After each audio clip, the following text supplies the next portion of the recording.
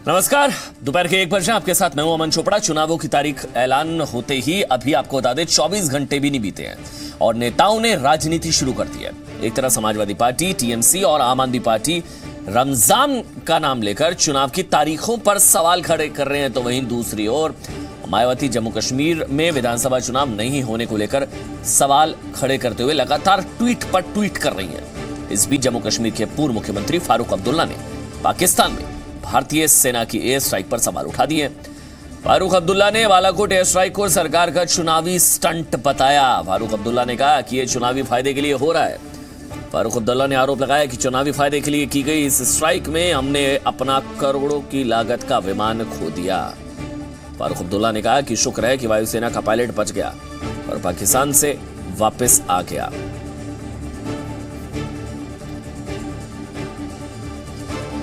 हमें पार्लियामेंट में पहले ही पता था कि क्योंकि बाकी चीज़ों में फेल हो गए हैं कि ये कोई ना कोई ऐसा काम करेंगे, पाकिस्तान के साथ थोड़ी सी जंग करेंगे कश्मीर में, जिससे कि ये एक ऐसा अवतार बन जाएगा कि इसके बजाय हिंदुस्तान बच ही नहीं सकता। हिंदुस्तान तब भी बचेगा, ये रहे या न रहे, हम रहें या न रहें, हिंदुस्तान चलता रहेगा, आगे बढ़ता रहेगा। ये जो गलत फहमियाँ ये पैदा कर रहे हैं कि हमारे बगैर कुछ भी नहीं है, ये गलत फहमियाँ हमने पहले भी देखी हैं। कुछ लोग पहले भी कहते थे कि हमारे बगैर कुछ नहीं है, आज भी हिंदुस्तान चल रहा है। इसलिए ये जो इन्होंने एक डर का माहौल मुल्क में खड़ा किया है कि मेरे बगैर कोई बचा नहीं सकता, मैं इनसे कहना चाहता हूं, आप भगवान न थे, न हैं, न होंगे। तो क्या ये जो एयर स्ट्राइक्स थी ये खाली मतलब इलेक्शन के लिए थी? सिर्फ इलेक्शन के लिए था, टोटल इलेक्शन के लिए ये सर्जिकल स्ट्राइक जो की गई थी उसी के लिए थी। कोई मरा ही नहीं वहां पे, सवाल ही नहीं, बल्कि हमारा ही जहाज गिर गया। हमारे पता नहीं कितने करोड़ों के उस जहाज का नुकसान हो गया।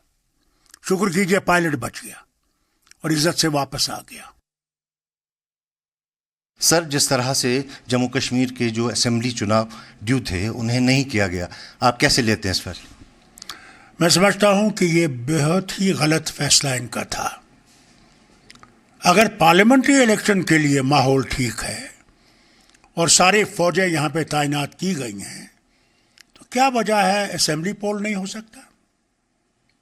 जबकि इन्होंने पंचायत का इलेक्शन किया, इन्होंने यहाँ पे टाउन एरिया कमेटीज़ के इलेक्शन किए, इन्होंने जो है म्यूनसिपल इलेक्शन किए, जिसका नंबर इतना ज़्यादा था कि पूछिए मत। वो ये कर सके क्योंकि प्रधानमंत्री ने वो एक सख्त कदम उठाने के लिए किया था कि मैं दिखाऊंगा कि मैं इलेक्शन कर सकता हूं। आज क्या हुआ प्रधानमंत्री को? आज प्रधानमंत्री क्या घबरा गए कि इलेक्शन नहीं करा सके? डॉक्टर साहब, पहली बार हुआ है कि एक ही लोकसभा सीट के 3 फेज में इलेक्शन हो रहे हैं, जैसे अनंतनाग में जो इलेक्शन कमीशन ने ऐलान किया है। इलेक्शन कमीशन जो है छत्तीसगढ़ में इलेक्शन कर सकता है, जहां माओइस्ट का बड़ा ज़बरदस्त जोर है। अब आप खुद देखिए कि श्रीनगर में ये जो अनंतनाग का इलेक्शन जो है 3 दफ़ा किया जा रहा है, कितने घबरा गए हैं ये, और फिर भी कहते हैं कि सब ठीक है। इनको सिंगल फेज में इलेक्शन करना चाहिए था अगर इनमें दम था। इनमें दम नहीं है। चुनाव घोषणा हो चुकी है, क्या लग रहा है आपको, कैसा सिनेरियो है देश का और क्या आने वाले चुनाव में क्या हो सकता है? देखिए, जब मैं पार्लियामेंट में बैठता था पिछले दिनों में, तो ये खबर हम लोगों में थी क्योंकि मोदी साहब फेल हो गए हैं, और उस वक्त कह रहे थे कि ये कोई ना कोई छोटा सा हमला दिखाने के लिए पाकिस्तानी कश्मीर के हिस्से पे करेंगे, जिससे कि ये लगेगा कि मोदी ही एक ताकत रखता है इनको सबक सिखाने के लिए। यह हमें पता था। मोदी साहब ने ये पत्ता फेंक दिया। वैसे इस चीज को आप समझिए, अभी जो आप बयान सुन रहे थे फारूक अब्दुल्ला का, अगर आप टीवी नहीं देखें, आंखें बंद कर कर सुने तो आपको समझ नहीं आएगा ये बयान आ कहां से रहा है। आपको लगेगा शायद कोई पाकिस्तान का नेता बोल रहा है। वो बोल रहे हैं छोटा सा हमला था, वो बोल रहे हैं चुनावी स्टंट था, वो बोल रहे हैं चुनावी फायदे के लिए करोड़ों का जो हमने वायुसेना का विमान वो बर्बाद हो गया, और छोटा सा हमला बता रहे हैं। 300 आतंकी मर गए, 300 साढ़े 300 आतंकी, 1000 किलो विस्फोटक हमने वहां पर गिराया, 12 मिराज उड़े, मिराज 2000। वो इंटरनेशनल मीडिया को पाकिस्तान लेकर नहीं जा रहा, लेकिन छोटा सा हमला नजर आ रहा है। मेरे साथ रविंद्र जी मीडिया संवाददाता वो जुड़ गए हैं, विशाल है मेरे साथ, ब्रह्म प्रकाश दुबे मेरे साथ है, रवि त्रिपाठी है। क्योंकि चुनावों की सबसे बड़ी कवरेज आप देखेंगे लगातार जी न्यूज पर।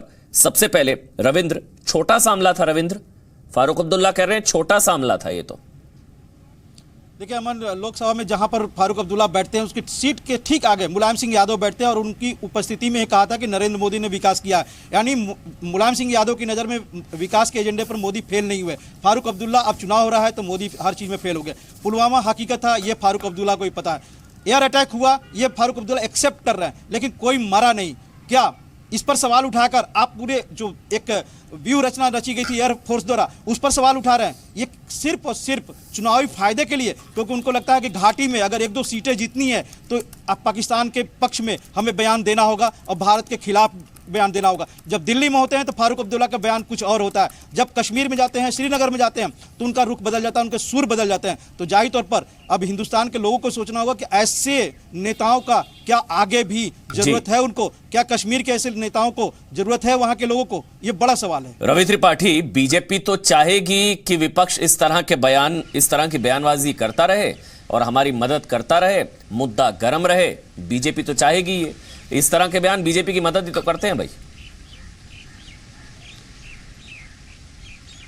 बिल्कुल अमन, देखिए चाहे किसी मामले पर विपक्ष में एकजुटता हो ना हो, लेकिन इस मामले पर विपक्ष में एकजुटता है। देखिए विपक्ष के सुर एकदम एक जैसे हैं, चाहे आप सिद्धू साहब का बयान ले लीजिए, दिग्विजय सिंह का बयान लीजिए, कांग्रेस के नेता हैं, फारूक अब्दुल्ला का साहब का बयान ले लीजिए, राहुल गांधी भी इनडायरेक्टली इस बात को बोल गए, तमाम और चाहे पार्टियों के लोग हैं ये सवाल खड़ा कर रहे हैं और सबको सबूत चाहिए। अच्छा, मैं आपके पास आऊंगा रवि, मैं आपके पास आऊंगा। एक बड़ी खबर मुझे बताना जरूरी है। असदुद्दीन ओवैसी का यह बयान आया है कि चुनाव में हिस्सा लेना एक पवित्र काम माना जाता है और रमजान का महीना एक पाक महीना है, तो फिर ये तो अच्छा काम है। मतलब जो लोग सवाल उठा रहे थे कि रमजान के महीने के दौरान जो वोटिंग हो रही है वो गलत है, वो एक साजिश है, उन लोगों को जवाब दिया है असदुद्दीन ओवैसी ने।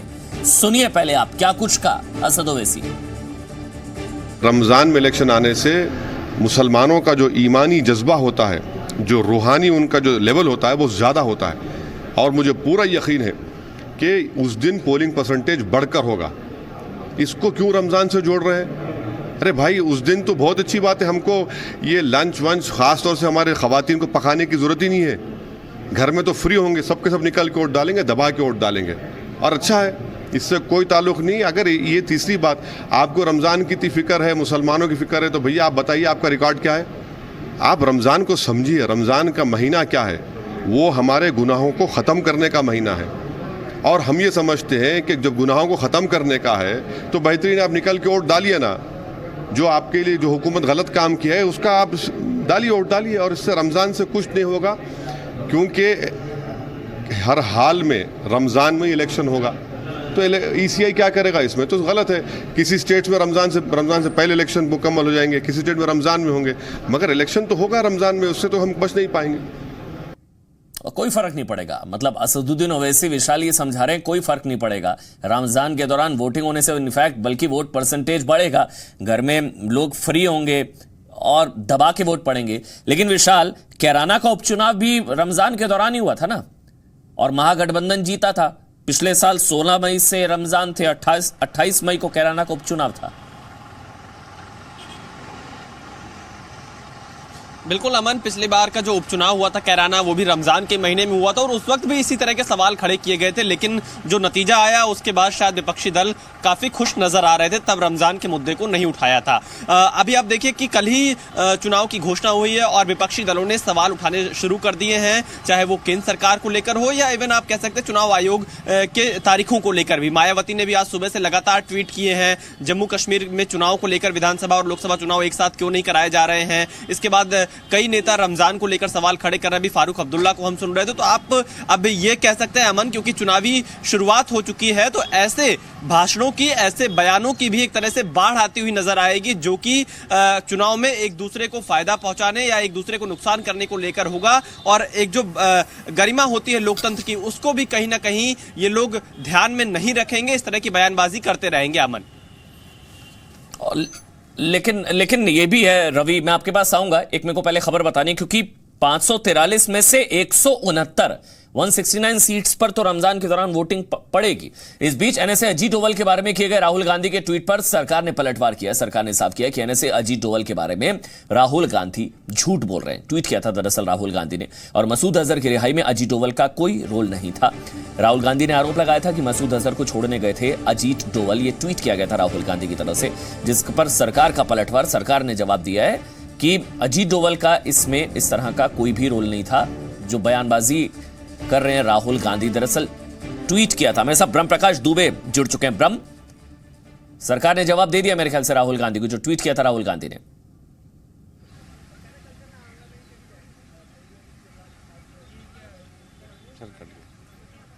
ब्रह्म, मेरी आवाज आप तक पहुंच रही है?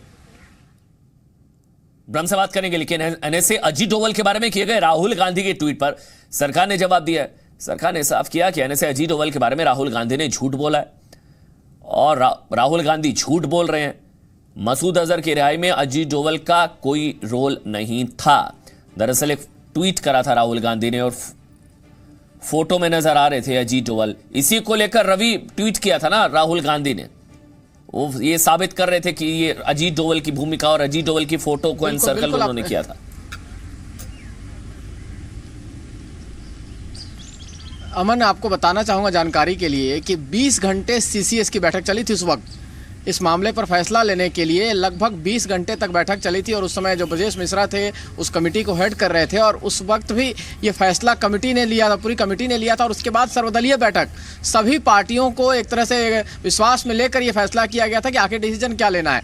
और अजीत डोभाल तो सिर्फ एक अफसर थे उस समय, जिनको तैनात किया गया था, उस काम में लगाया था। अजीत डोभाल ने तो बाकायदा विरोध किया था। ये भी खबर है कि अजीत डोभाल ने उस वक्त विरोध किया था इस फैसले का कि ये नहीं करना चाहिए, मसूद अजहर को नहीं छोड़ना चाहिए। हो सकता है 2-4 लोगों की जान जाए, लेकिन बाकी लोगों को हम सुरक्षित वापस ले आएंगे। तो अजीत डोभाल ऐसे शख्स हैं जिन पर हमला शायद राहुल गांधी को नहीं करना चाहिए, और ये एक नुकसान करेगा, क्योंकि एक अफसर को आप कहीं ना कहीं कमजोर कर रहे हैं, जो आदमी ईमानदारी से अपना काम करता है, राष्ट्रीय सुरक्षा के लिए काम करता है। तो राहुल गांधी को ये उल्टा पड़ने वाला है। एक चीज मैं आपको पीछे जो बैकग्राउंड चर्चा, ये जो ट्वीट किया जिसका जिक्र अभी रवि कर रहे थे ब्रह्म, कि current NSA was the deal maker who went to Kandahar to hand the murderer back to Pakistan.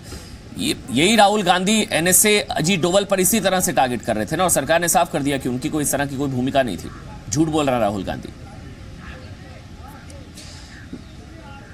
बिल्कुल अमन, देखिए कल ये फोटो ट्वीट किया गया था और ये बताया गया था, लेकिन आज सरकारी सोर्सेस ने इस बात को पूरी तरह से साफ कर दिया है कि इस जो राहुल गांधी ने दावा किया है, ये सरकारी सोर्सेस कह रहे हैं ये पूरी तरह से झूठी कहानी गढ़ी गई है राहुल गांधी के द्वारा, कांग्रेस अध्यक्ष के द्वारा। और साथ में सरकारी सोर्सेस ने यह भी कहा है कि एडिशनल डायरेक्टर थे उस वक्त अजीत डोभाल, और वो उस डेलीगेशन में जरूर थे, लेकिन इससे कोई लेना देना नहीं था। साथ में उनकी एनएसए, ये भी सोर्सेस बताते हैं, उस वक्त के एनएसए जो ब्रजेश मिश्र थे, उनसे साथ जो बातचीत हुई थी अजीत डोभाल की, उसमें विरोध किया था अजीत डोभाल ने कि उनको मसूद अजहर को नहीं छोड़ा जाए। लेकिन पुरानी फोटो लगाकर जिस तरह से ये माहौल बनाने की कोशिश की गई है, कहीं ना कहीं इसका नुकसान भी कांग्रेस को हो सकता है, जैसा अभी बता रहे हैं, क्योंकि ऐसे माहौल में जब चुनाव का वक्त है और ऐसे अफसर की आप फोटो ट्वीट कर रहे हैं और उस पर एलिगेशन लगा रहे हैं। लोग ये सवाल पूछेंगे तो राहुल गांधी क्या ये कहने की कोशिश कर रहे हैं कि आम लोगों को मरने देना चाहिए था,